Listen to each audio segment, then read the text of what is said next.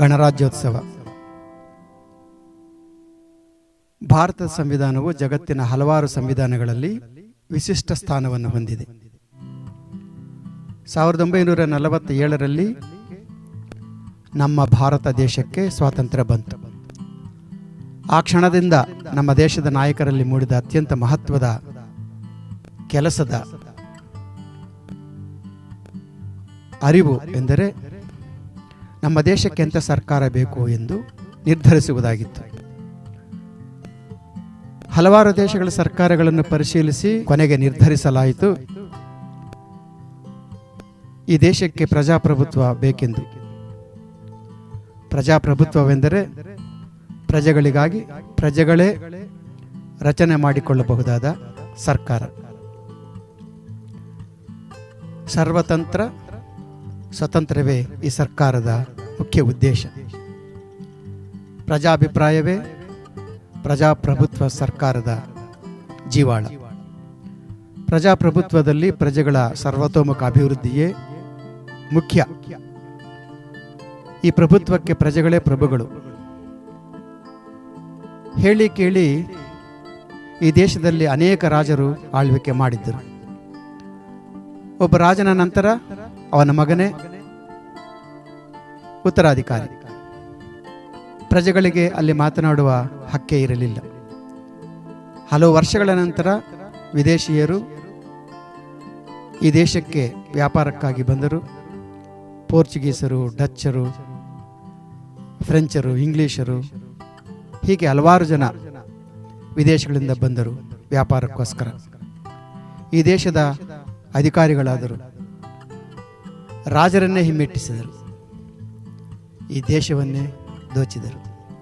ಇದೆಲ್ಲವನ್ನು ಈ ದೇಶದ ಪ್ರಜೆಗಳು ಮೂಕ ಪ್ರೇಕ್ಷಕರಂತೆ ಅಸಹಾಯಕರಾಗಿ ನೋಡ್ತಾ ಇದ್ದರು ಅಷ್ಟೇ.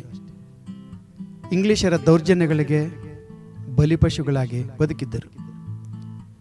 ಇಂಗ್ಲಿಷರು ತಮ್ಮ ಒಳಿತಿಗಾಗಿ ಜಾರಿಗೆ ತಂದ ಹಲವಾರು ಕಾರ್ಯಕ್ರಮಗಳನ್ನು ಬಳಸಿಕೊಂಡು ನಮ್ಮ ಜನ ಕ್ರಮೇಣ ಜಾಗೃತರಾಗಿ ಆಂಗ್ಲರ ದಬ್ಬಾಳಿಕೆಯನ್ನು ಪ್ರತಿಭಟಿಸಲು ಪ್ರಾರಂಭಿಸಿದರು. ಹೀಗಾಗಿ 300 ವರ್ಷಗಳ ಬಿಳಿಯರ ಆಡಳಿತಕ್ಕೆ ಲಗ್ಗೆ ಹಾಕಿದರು. ಮುಖ್ಯವಾಗಿ 1857ರಲ್ಲಿ ಪ್ರಾರಂಭವಾದ ಸ್ವಾತಂತ್ರ್ಯ ಸಂಗ್ರಾಮ 1947ರಲ್ಲಿ ಈ ದೇಶಕ್ಕೆ ಸ್ವಾತಂತ್ರ್ಯ ತಂದುಕೊಟ್ಟಿತು. ಆ ಪ್ರಥಮ ಸ್ವಾತಂತ್ರ್ಯ ಸಂಗ್ರಾಮವನ್ನು ಇಂಗ್ಲಿಷರು ಸಿಪಾಯಿ ದಂಗೆ ಎಂದು ನಿರ್ಲಕ್ಷಿಸಿದರು. 1947ರಿಂದ 1950ರವರೆಗೆ ಸಂವಿಧಾನ ರಚನಾ ಕಾರ್ಯದಲ್ಲಿ ತೊಡಗಿದ ನಮ್ಮ ದೇಶದ ನಾಯಕರು ಡಾಕ್ಟರ್ ಬಾಬು ರಾಜೇಂದ್ರ ಪ್ರಸಾದ್ ಅವರ ನೇತೃತ್ವದಲ್ಲಿ, ಅವರ ಅಧ್ಯಕ್ಷತೆಯಲ್ಲಿ 299 ಜನ ನಾಯಕರ ಸಂವಿಧಾನ ರಚನಾ ಸಮಿತಿಯನ್ನು ರಚಿಸಲಾಯಿತು. ಈ ಸಂವಿಧಾನಕ್ಕೆ ಒಂದು ಕರಡು ಪ್ರತಿಯನ್ನು ರಚಿಸಲು ಮತ್ತೊಂದು ಸಮಿತಿಯನ್ನು ರಚಿಸಲಾಯಿತು. ಡಾಕ್ಟರ್ ಬಾಬಾ ಸಾಹೇಬ್ ಅಂಬೇಡ್ಕರ್ ಅವರ ಅಧ್ಯಕ್ಷತೆಯಲ್ಲಿ ಈ ಸಮಿತಿ ರಚಿಸಲಾಯಿತು. ಅಂಬೇಡ್ಕರ್ ಅವರು ಹಲವಾರು ದೇಶಗಳ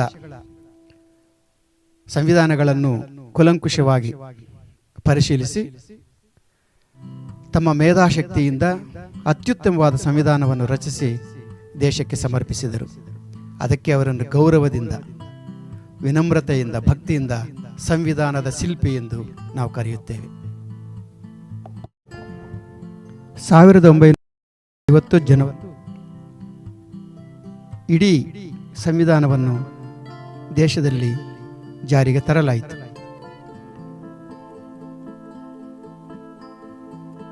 ಈ ಸಂವಿಧಾನದ ಲಕ್ಷಣಗಳನ್ನು ಗಮನಿಸುತ್ತಾ ಹೋದರೆ, ಒಂದನೆಯದಾಗಿ ಲಿಖಿತ ಮತ್ತು ಬೃಹತ್ ಸಂವಿಧಾನ ನಮ್ಮ ದೇಶದ ಸಂವಿಧಾನ. 395 ಅನುಚ್ಛೇದಗಳು, 22 ಭಾಗಗಳು, 8 ಅನುಸೂಚಿಗಳು ಒಳಗೊಂಡಿದೆ. ಎರಡನೆಯದಾಗಿ ನಮ್ಯ ಮತ್ತು ಅನಮ್ಯ ಸಂವಿಧಾನ. ಅಂದರೆ ನಮ್ಮ ಸಂವಿಧಾನದ ಕೆಲ ಅಂಶಗಳು ಸುಲಭವಾಗಿ ತಿದ್ದುಪಡಿ ಮಾಡಬಹುದು, ಆದರೆ ಮೂಲಭೂತ ಹಕ್ಕುಗಳಂತಹ ತಿದ್ದುಪಡಿಗಳು ಬಹಳ ಕಷ್ಟ.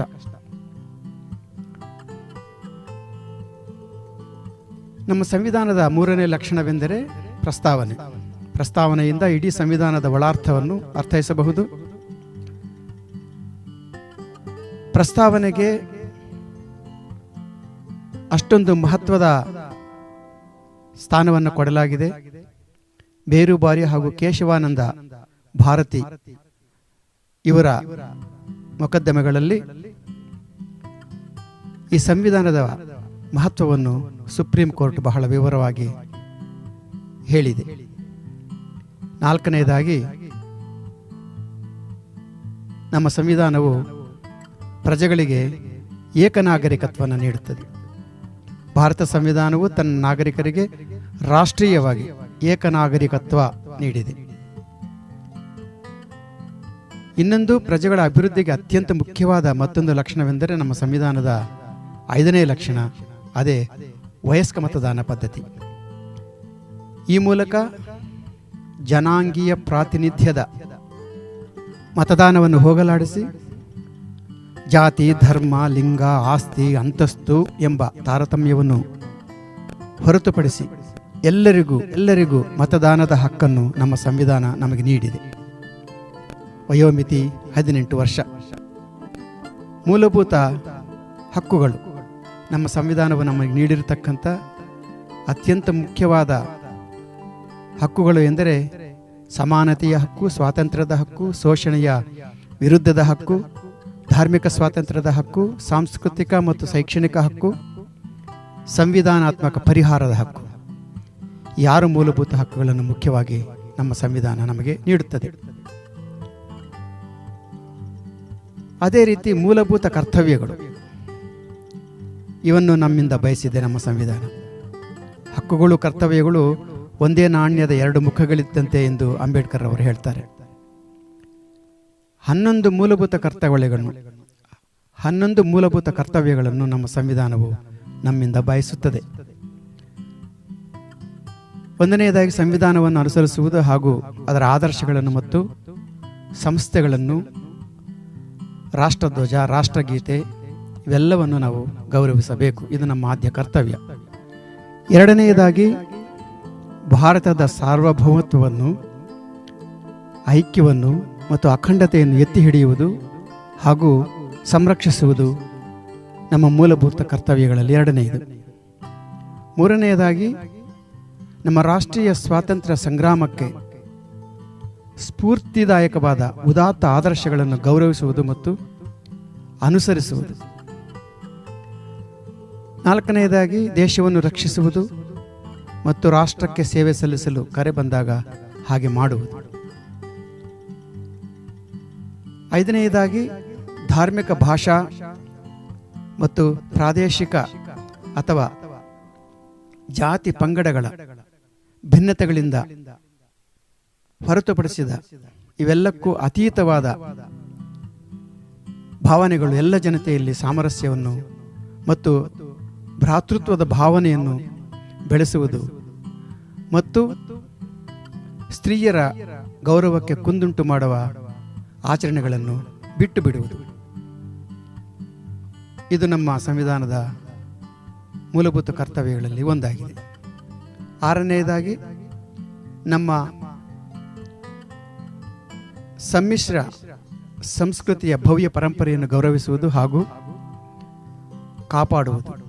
7ನೇದಾಗಿ, ಅರಣ್ಯಗಳು, ಸರೋವರಗಳು, ನದಿಗಳು ಮತ್ತು ವನ್ಯಜೀವಿಗಳು ಸೇರಿದಂತೆ ನೈಸರ್ಗಿಕ ಪರಿಸರವನ್ನು ಸಂರಕ್ಷಿಸುವುದು ಹಾಗೂ ಅಭಿವೃದ್ಧಿಗೊಳಿಸುವುದು ಮತ್ತು ಪ್ರಾಣಿಗಳಿಗೆ ದಯೆ ತೋರುವುದು.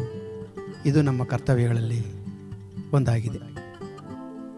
ವೈಜ್ಞಾನಿಕ ಮನೋಭಾವನೆ, ಮಾನವೀಯತೆ, ಜಿಜ್ಞಾಸೆ ಮತ್ತು ಸುಧಾರಣೆಯ ಪ್ರವೃತ್ತಿ ಇವುಗಳನ್ನು ಅಭಿವೃದ್ಧಿಗೊಳಿಸುವುದು ನಮ್ಮ ಕರ್ತವ್ಯಗಳಲ್ಲಿ 8ನೇದಾಗಿದೆ. ಸಾರ್ವತ್ರಿಕ ಸ್ವತ್ತನ್ನು ರಕ್ಷಿಸುವುದು ಮತ್ತು ಸಾರ್ವಜನಿಕ ಸ್ವತ್ತನ್ನು ರಕ್ಷಿಸುವುದು ಮತ್ತು ಹಿಂಸೆಯನ್ನು ತ್ಯಜಿಸುವುದು 9ನೇ ಕರ್ತವ್ಯ.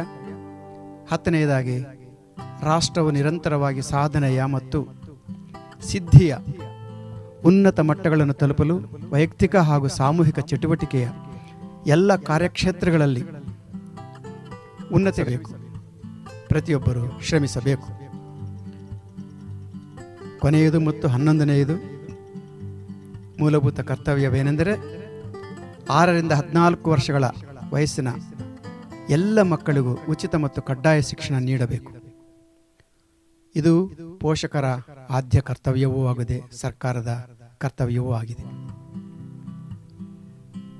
ಹೀಗೆ 11 ಮೂಲಭೂತ ಕರ್ತವ್ಯಗಳನ್ನು ನಾವು ನಿರ್ವಹಿಸಬೇಕು. ನಮ್ಮ ಸಂವಿಧಾನದ 8ನೇ ಲಕ್ಷಣವೆಂದರೆ ಸರ್ವೋಚ್ಚ ನ್ಯಾಯಾಲಯ. ಸರ್ವೋಚ್ಚ ನ್ಯಾಯಾಲಯವು ಸಂವಿಧಾನ ರಕ್ಷಕನಿದ್ದಂತೆ. ದೇಶದ ಎಲ್ಲ ನ್ಯಾಯಾಲಯಗಳು ನ್ಯಾಯಾಲಯದಲ್ಲಿ ಸರ್ವೋಚ್ಚ ನ್ಯಾಯಾಲಯದ ಅಧೀನದಲ್ಲಿ ಬರುತ್ತವೆ. 9ನೆಯದಾಗಿ ನಮ್ಮ ಸಂವಿಧಾನದ 9ನೇ ಲಕ್ಷಣವಾಗಿ ನಮ್ಮ ಸಂವಿಧಾನವು ಒಬ್ಬ ರಾಷ್ಟ್ರಪತಿಯನ್ನು ಕೂಡ ಹೊಂದಿದೆ. ರಾಷ್ಟ್ರಪತಿಯವರು ಭಾರತದ ಪ್ರಥಮ ಪ್ರಜೆ. ಸಂವಿಧಾನದ ಕಾರ್ಯಗಳೆಲ್ಲವೂ ಕೂಡ ರಾಷ್ಟ್ರಪತಿಯವರ ಹೆಸರಿನಲ್ಲಿಯೇ ನಡೆಯುತ್ತವೆ. Federal form of government. ಭಾರತವು ಸಂವಿಧಾನದ ಪ್ರಕಾರ ಸಂಯುಕ್ತ ಮಾದರಿಯ ಸರ್ಕಾರವನ್ನು ಹೊಂದಿದೆ. ಅಂದರೆ ಕೇಂದ್ರ ಮತ್ತು ರಾಜ್ಯ ಸರ್ಕಾರಗಳ ನಡುವೆ ಅಧಿಕಾರ ಹಂಚಿಕೆಯಾಗಿದೆ. ಆದರೂ ಕೇಂದ್ರವು ಹೆಚ್ಚು ಅಧಿಕಾರವನ್ನು ಹೊಂದಿರುತ್ತದೆ. ಸಂವಿಧಾನದ ಅಗ್ರಮಾನ್ಯತೆ, ಸೂಪರ್ಮೆಸಿ ಆಫ್ ದ ಕಾನ್ಸ್ಟಿಟ್ಯೂಷನ್. ಸಂವಿಧಾನ ಅತ್ಯಂತ ಮಹತ್ವದ್ದಾಗಿದ್ದು ಎಲ್ಲ ಕಾನೂನುಗಳು ಸಂವಿಧಾನಕ್ಕನುಗುಣವಾಗಿಯೇ ನಡೆಯುತ್ತವೆ. ದೇಶದ ಹಾಗೂ ಎಲ್ಲ ರಾಜ್ಯಗಳ ಶಾಸನೀಯ, ಕಾರ್ಯಾಂಗ ಮತ್ತು ನ್ಯಾಯಿಕ ಅಧಿಕಾರಗಳು ಸಂವಿಧಾನದಿಂದಲೇ ನಿಯಂತ್ರಿಸಲ್ಪಡುತ್ತವೆ. 12ನೆಯದಾಗಿ ಅಧಿಕಾರ ವಿಕೇಂದ್ರೀಕರಣ. ಇದು ಮತ್ತೊಂದು ನಮ್ಮ ಸಂವಿಧಾನದ ಉತ್ತಮವಾದ ಲಕ್ಷಣ.